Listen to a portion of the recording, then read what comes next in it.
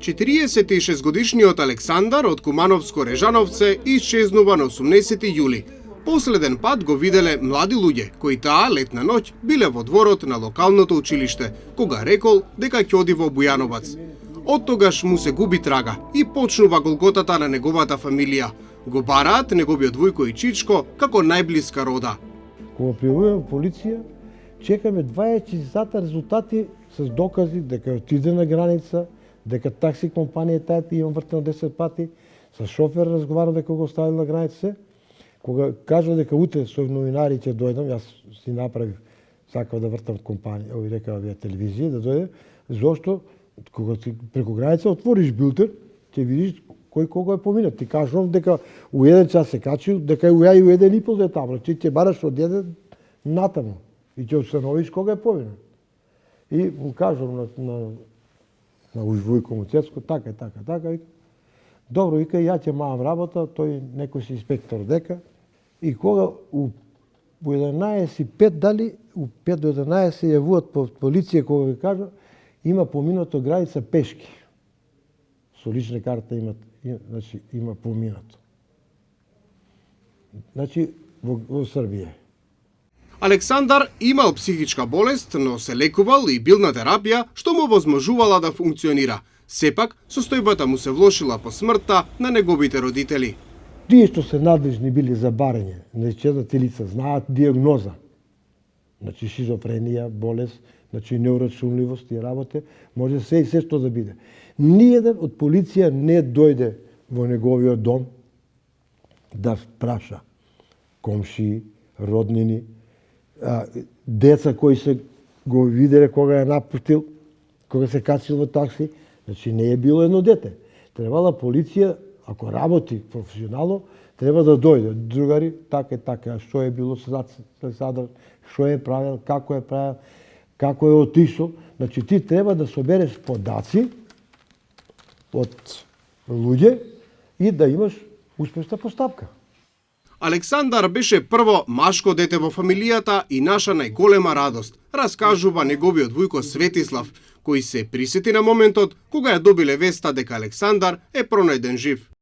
И случајно ни јавуваат по 4 месеци, голема радост, еве ни го враќаат, жив, здрав, едно друго, и полека он затворен, не сака да комуницира што како, али тихо, она, да не кажам, полицајски испитување, каде беше, што беше, и ми кажуваше многу тежок живот. Оти спиел по клупи, најповеќе бил стациониран во Ниш, ми кажуваше на Косово бил. Јас се чудам како сега Интерпол има потерница, он еднаш или 2 пати на Косово. Викам како со лична карта. Што сакам да кажам сега? Значи никој не води грижа за никого ако не го снајде некој нешто си. Во месеците кога го немало Александар, неговата фамилија живеела во страв и неизвестност.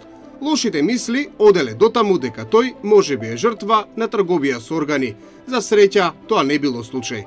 По неговото враќање во земјава, Александар е однесен во психијатриската болница во Бардовци. Во несреќа и среќа, што премрзнат бил, он заден пат не сакаше тоа да каже, него кога однесовме во Бардовци на психијатрија, таму на докторот му кажа, оти бил смрзнат и он ми кажа дека бил сместен во болница во Ниш, во прибавалиште или не знам, бидејќи со него не може да се разговара. Он на моменти нешто каже, нешто се крие едно и друго.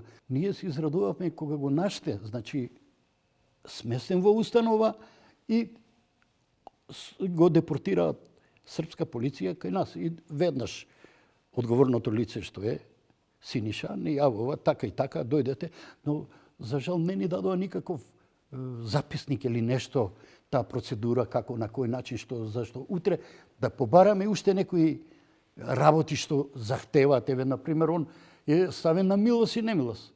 Татко му имаше пензија, мајка му имаше пензија, на 2-3 пати одиме, не третираат како луѓе.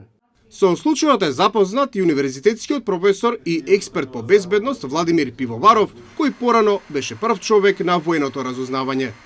Многу сум радосен, пошто тоа е дете од мои пријатели кој е пронајдено живо, здраво и е вратено во државата и сега е со семејството.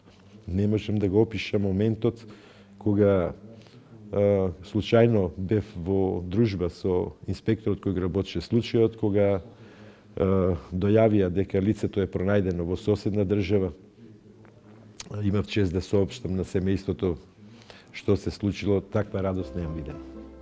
И вујкото Светислав и чичкото Станимир велат дека ќе направат се што е во нивна моќ да се грижат за Александар, но апелираат државата да му помогне за повторно да застане на нозе.